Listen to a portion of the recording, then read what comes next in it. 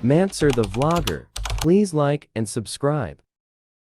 السلام علیکم دوستانو، زه یم ستاسو ورور ستاسو ملګری منصور خان او تاسو دې وخت کې ګورئ منصور د بلاګر. دوستانو، نن مې تاسو ته داسې ښایسته ویډیو راوړې ده. ویډیو چې زموږ چې کوم نن ویډیو ده هغه ده د جنګ بدر باره کې. تاسو غونډو ته پته ده د اسلام چې کوم لومبی جنګ شوی جنګ بدر په 17 رمضان المبارک باندې 17 رمضان المبارک یوم بدر ورته ویل کېږي. په 17 رمضان المبارک باندې جنګ بدر شوی و. د جنګ بدر باره کې یو ښایسته مزېدار شان ویډیو ده. راځئ ځو د ویډیو طرف ته. ویډیو پوره وګورئ، انشاءالله ډېره فایده به درته وشي. او که ویډیو خوښه شوه نو نورو ملګرو سره چې کوم دی لازمي شیر کړئ. راځئ د ویډیو طرف ته. ابو سفیان شام سے ایک قافلہ جس میں 50,000 سونے کے سکے اور ہر قسم کا مال موجود تھا لے کر مکہ جا رہا تھا، لیکن درمیان میں ایک بہت بڑا مسئلہ تھا۔ مکہ پہنچنے کے لیے اس کو مدینہ کے پاس سے گزرنا لازمی تھا، اور مدینہ میں مسلمان اس قافلے کو لوٹنے کے لیے تیار بیٹھے ہوئے تھے۔ تو ابو سفیان نے سوچا کہ کیوں نہ ایک منٹ، مسلمان قافلہ لوٹ رہے تھے، مسلمان کیسے قافلہ لوٹ سکتے ہیں، اور وہ بھی رمضان کے مہینے میں؟ اصل میں بدر کی جنگ سے 1 سال پہلے جب مسلمان مکہ سے ہجرت کر کے مدینہ گئے تھے تو وہ اپنے ساتھ کچھ بھی لے کر نہیں گئے تھے سوائے ان کپڑوں کے جو انہوں نے پہنے ہوئے تھے۔ مکہ والوں نے ان کو غصہ دلانے کے لیے ان کی ساری چیزیں، زمینیں، گھر سب بیچ دیے تھے،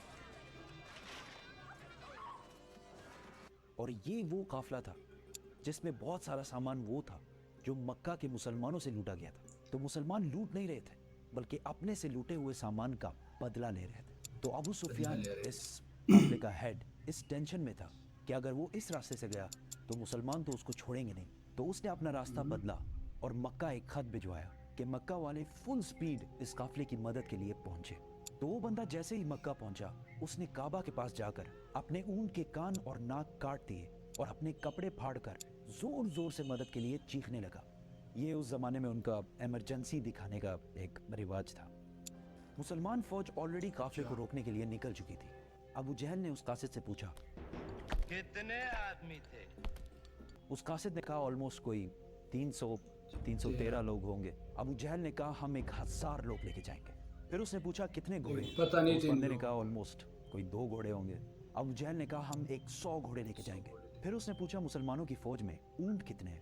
اس نے کہا کوئی 70 کیملز ہوں گے۔ We'll bring 170.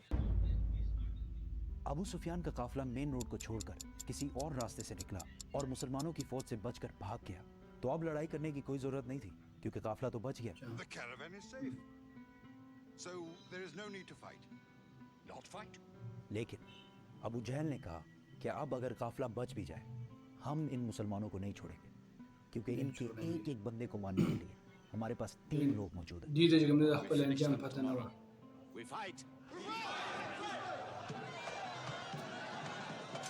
محمد صلی اللہ علیہ وسلم نے اپنی فوج کو بدر کے پہلے کنویں کے پاس جا کر پڑاؤ ڈالنے کا حکم دیا۔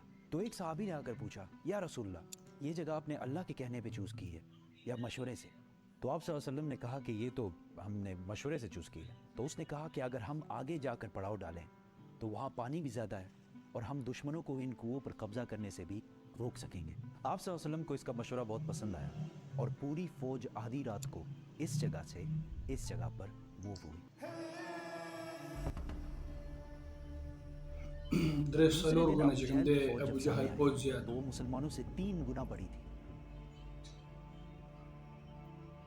اتبا a very rich Meccan businessman اپنے بھائی اور بیٹے کے ساتھ سامنے آیا اور مسلمانوں کو چیلنج کیا کہ کوئی ہے جو ہم سے آ کر لڑائی کر سکے۔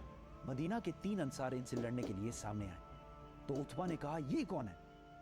ہمیں اپنے بھائیوں کے سر کاٹنے ہیں جنہوں نے اپنے باپ داداؤں کے ریلیجن سے بغاوت کی ہے۔ حضرت حمزہ، حضرت عبیدہ اور 24 ایئر اولڈ علی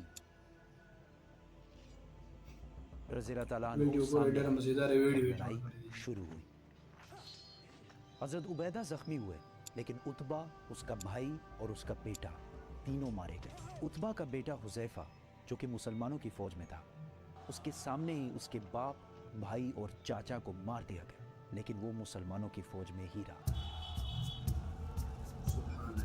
مسلمانوں کو پتا تھا کہ دشمن کے مقابلے میں ان کی فوج بہت چھوٹی ہے، تو انہوں نے ڈیفینسو اسٹریٹجی اختیار کی کہ یار ہم تو اپنی جگہ سے نہیں لیں گے، تم لوگ آ کے ہم لوگ۔ اسی کے ساتھ ابو جہل نے